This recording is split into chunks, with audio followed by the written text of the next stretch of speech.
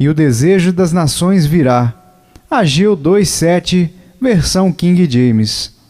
O primeiro capítulo de Ageu é principalmente dedicado a reprovar a negligência dos judeus, quem, sendo desencorajados de tempos em tempos, protelaram a reconstrução do templo. No entanto, eles empregaram seu cuidado e bens na construção e adorno de suas próprias casas. Mas no fim, sendo persuadidos a se empenhar na obra, eles encontraram com este desencorajamento, que tal era a pobreza do presente tempo, que a segunda construção não poderia comparar-se com a magnificência e esplendor da primeira. Nos dias de Salomão, a nação era abastada, mas agora estava esvaziada. Assim não poderia haver comparação entre a segunda e a primeira. A este grande desânimo, o profeta aplicou este consolo. Qualquer que pudesse carecer em pompa e glória exteriores seria mais recompensado pela presença de Jesus Cristo neste segundo templo. Pois Cristo, o desejo de todas as nações, ele diz, virá a este templo. Cristo, chamado precioso de todas as nações, deveria vir ao mundo no período do segundo templo, Malaquias 3:12, após penosos impactos e tremores do mundo.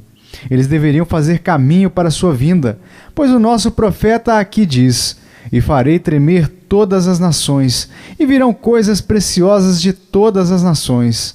Aqui o apóstolo faz alusão em Hebreus 12:26, aplicando essa profecia a Jesus Cristo.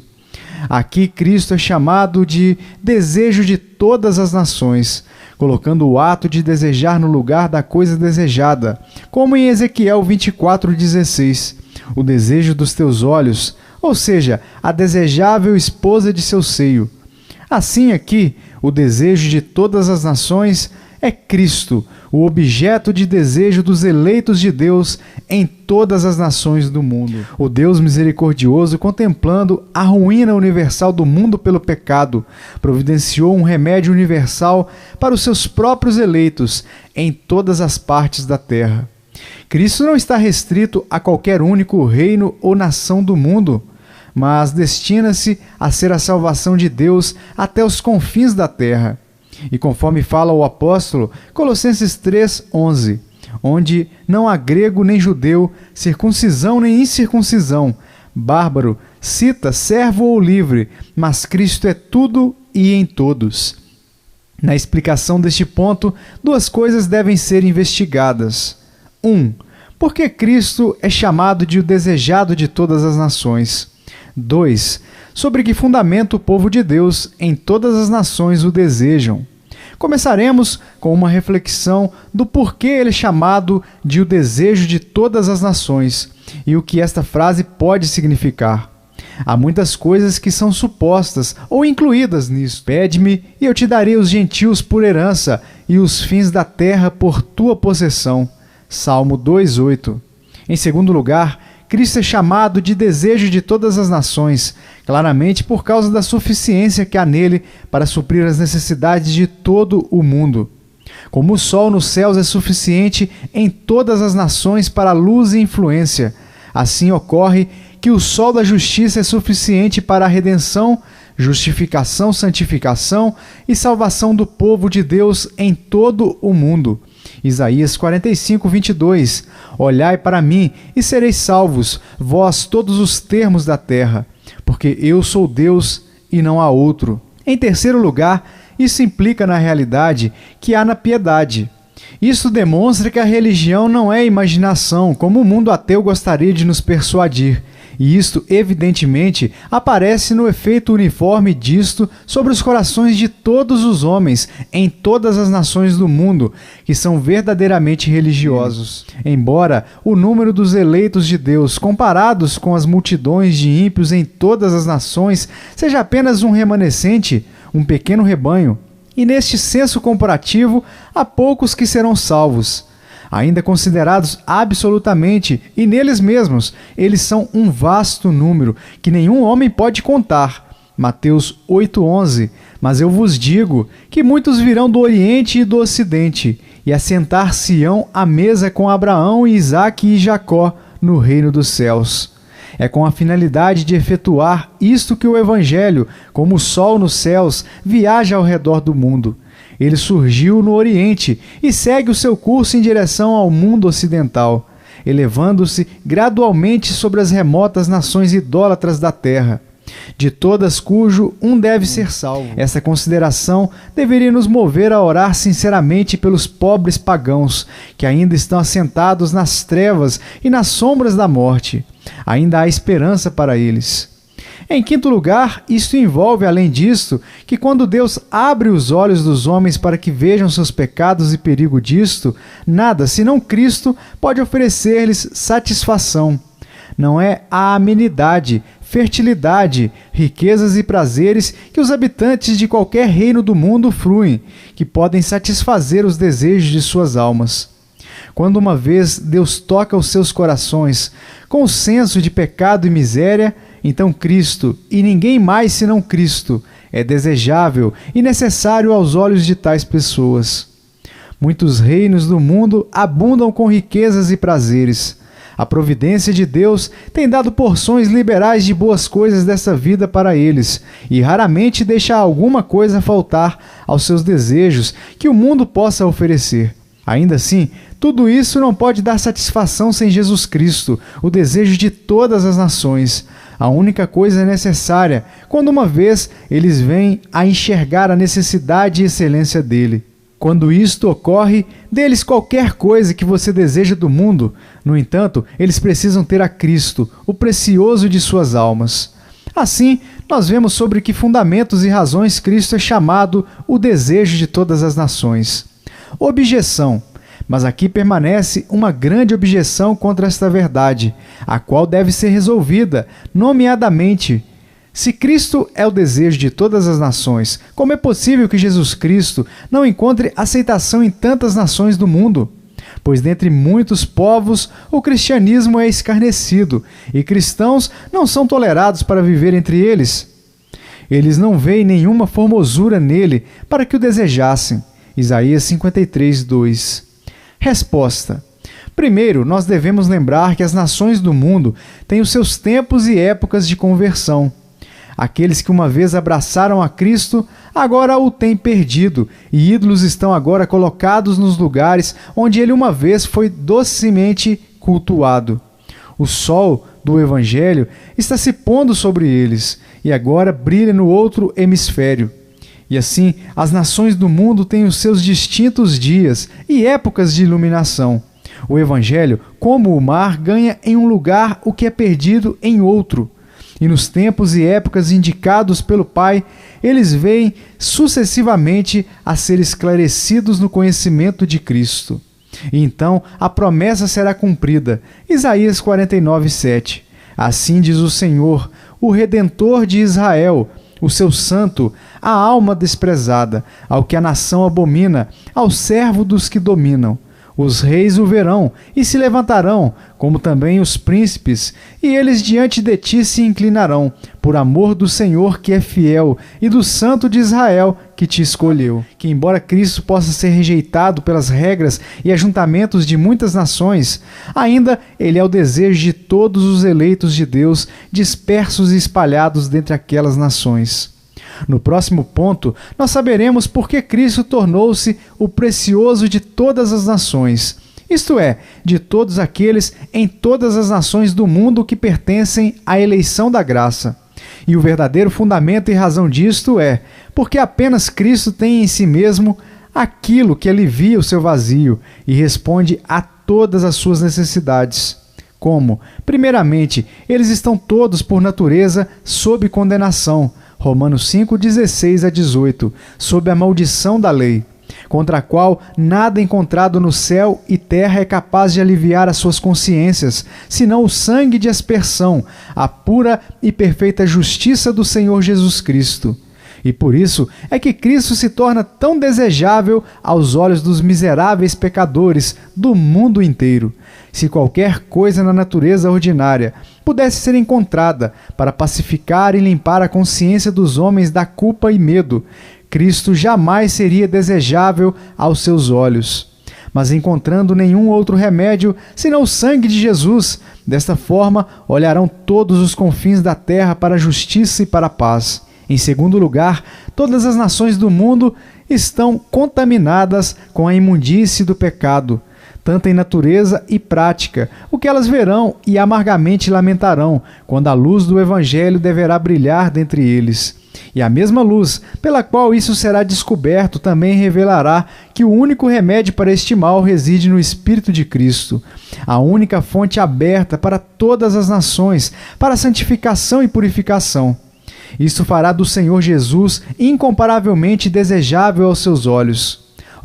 Quão bem-vindo ele será, aquele que vem para eles, não somente pelo sangue, mas também pela água. 1 João 5,6. Em terceiro lugar, quando a luz do Evangelho resplandecer sobre as nações, eles então verão que por causa da culpa e imundície do pecado, eles estão todos fora, impedidos de entrar no céu. Aquelas portas estão cerradas contra eles, e que ninguém, exceto Cristo, pode abrir uma entrada para eles no reino de Deus. Pois ninguém vem ao Pai senão por mim. João 14,6. E em nenhum outro há salvação, porque também debaixo do céu nenhum outro nome há, dado entre os homens, pelo qual devamos ser salvos. Atos 4,12. Não provoque o Senhor Jesus a afastar-se de você pela corrupção de seu culto, ansiando pela idolatria, maltratando os seus mensageiros e oprimindo o seu povo, para que o seu espírito não se aparte de você. Os seus desejos por Cristo são universais. Isso quer dizer, tudo em Cristo é desejável aos seus olhos? O hipócrita, como a meretriz, é para um Cristo dividido. Eles gostariam de ser chamados pelo seu nome, mas dependem deles mesmos. Isaías 4:1. Se a sua santidade e governo, sua cruz e sofrimento são desejáveis por causa dele mesmo, tais desejos universais são desejos corretos. 3. São os seus desejos por Cristo desejos diligentes, usando de todos os meios para efetuar o que vocês desejam? Vocês dizem que desejam Cristo, mas o que vocês farão para obter os seus desejos?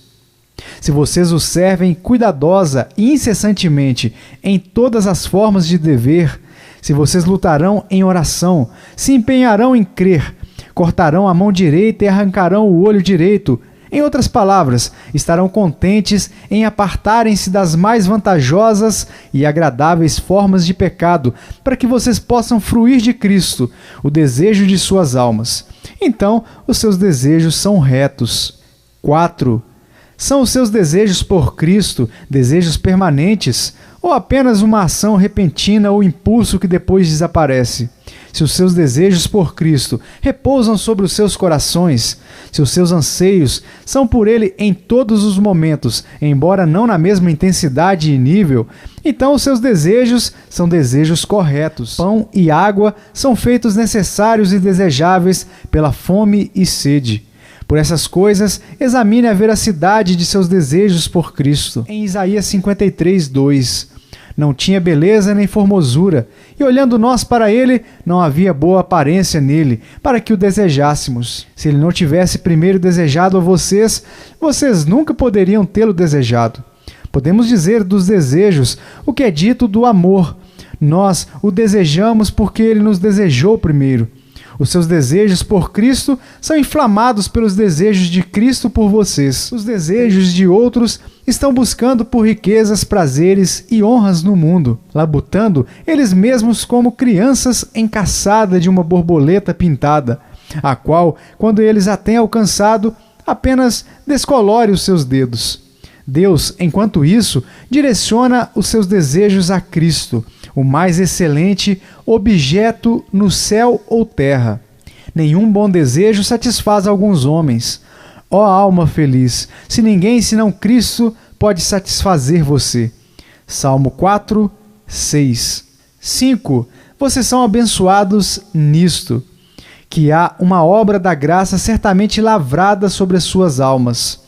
E esses próprios desejos por Cristo são uma parte dela. 6.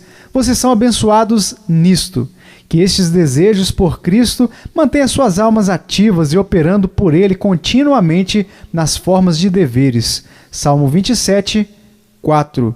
Uma coisa pedi ao Senhor e a buscarei, que possa morar na casa do Senhor todos os dias da minha vida, para contemplar a formosura do Senhor e inquirir no seu templo. O desejo saltará continuamente a diligência e atividade nas formas de deveres. O desejo pelos fins despertam o uso dos meios. Provérbios 16, 26. Outros podem cair no sono e desprezar os deveres, mas será difícil para vocês, cujas almas queimam de desejo por Cristo, fazerem isto. 7. Vocês são abençoados nisto, que os seus desejos por Cristo farão a morte muito mais doce e fácil para vocês. Filipenses 1:23. Mas de ambos os lados estou em aperto, tendo o desejo de partir e estar com Cristo, porque isto é ainda muito melhor.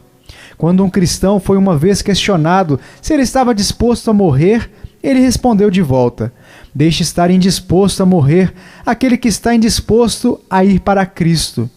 E muito semelhante a esta foi a resposta de outro: viver e renuo ut Christo viva. Eu repudio esta vida para um viver com Cristo. Quarta aplicação, para a exortação. Em quarto lugar, deixe-me exortar e persuadir a todos a fazerem de Cristo o desejo e escolha de suas almas. Aqui eu apresento a extensão e desígnio do Evangelho. Que eu pudesse efetivamente avivar esta exortação sobre os seus corações. Deixe-me oferecer algumas considerações comoventes a vocês e pode ser que o Senhor as aplique aos seus corações. 1. Toda criatura naturalmente deseja a sua própria preservação. Vocês não desejam a preservação de suas almas preciosas e imortais? Se vocês desejam, então façam de Cristo o seu desejo e escolha, sem o qual elas nunca podem ser preservadas. Judas 1. 2. As suas almas não desejam sinceramente os corpos em que eles vivem? Quão ternos são eles sobre elas? Quão cuidadosamente eles provêm a elas? Embora elas paguem um preço alto por aquelas habitações em que vivem, não é a união com Cristo infinitamente mais desejável do que a união da alma com o corpo? Desejosa união com Ele.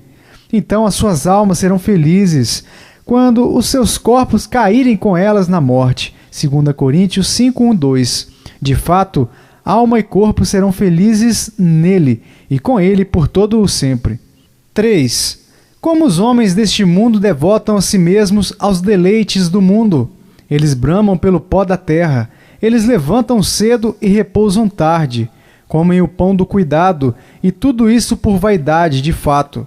Um mundano fará mais pela terra do que você pelo céu? Será a criatura tão sinceramente desejada e Cristo tão negligenciado? 4.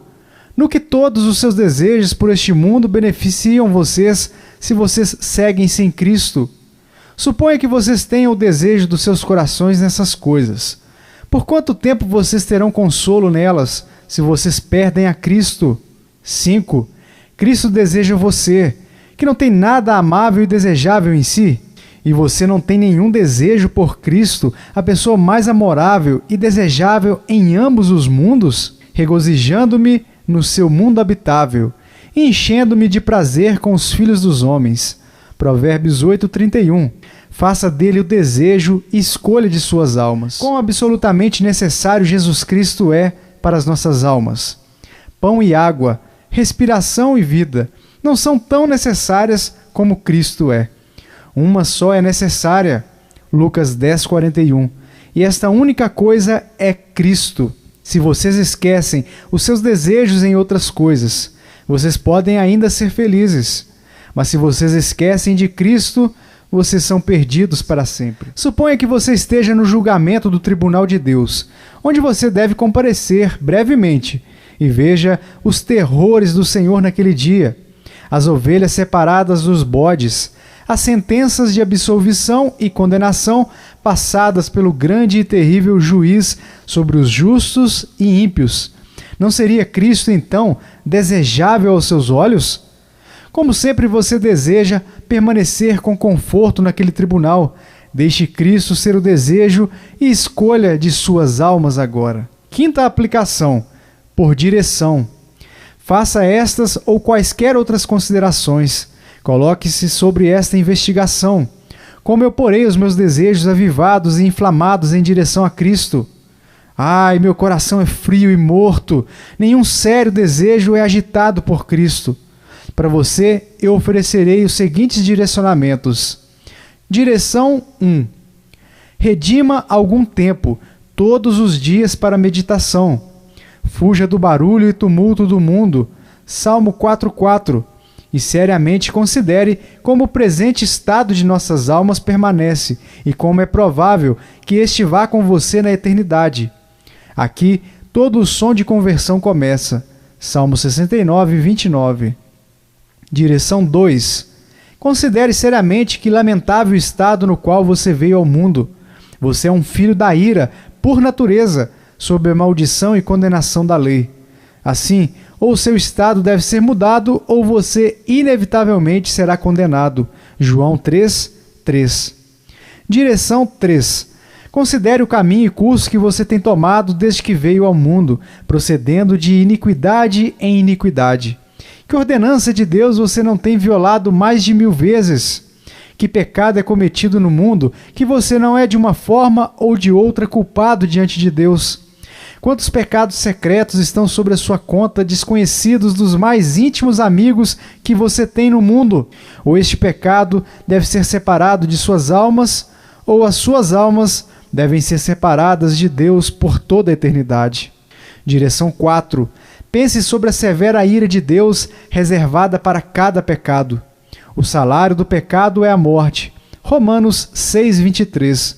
E quão intolerável a plenitude dessa ira deve ser quando umas poucas gotas borrifadas sobre a consciência neste mundo é tão insuportável, que fez com que alguns escolhessem o suicídio ao invés da vida. Ainda assim, esta ira deve repousar para sempre sobre você, se você não tem um interesse em Jesus Cristo. João 3:36. Direção 5. Pondere bem no feliz estado e condição em que estão aqueles que têm obtido perdão e paz por meio de Jesus Cristo. Salmo 32:1 e 2. E vendo que a graça de Deus é livre e você está sentado sob os meios disto, por que você não pode semelhantemente encontrá-la como outros? Direção 6. Seriamente, considere a grande incerteza de nosso tempo e que as preciosidades das oportunidades de salvação nunca são recuperadas quando elas uma vez passam. João 9:4. Deixe isso despertar você a lançar-se sobre essas temporadas douradas, enquanto elas ainda estão com você, para que você não possa lamentar a sua insensatez e loucura quando elas estiverem fora de alcance. Direção 7. Associe-se a cristãos sérios, obtenha o seu conhecimento e peça por seu auxílio. Rogue-lhes que orem por você, e veja que você não descanse aqui, mas esteja frequentemente sobre os seus joelhos, rogando ao Senhor por um novo coração e novo estado. Em conclusão de tudo, deixe-me suplicar e rogar a todo o povo de Deus, como sobre meus joelhos, para que tomem cuidado e deixem o descuido e escândalo de suas vidas. Eles apagam os fracos desejos, começando a acender nos corações de outros. Você sabe que a lei de Deus ordena que golpeie uma mulher com o filho, para que o seu fruto se vá com ela. Êxodo 21, 22, 23.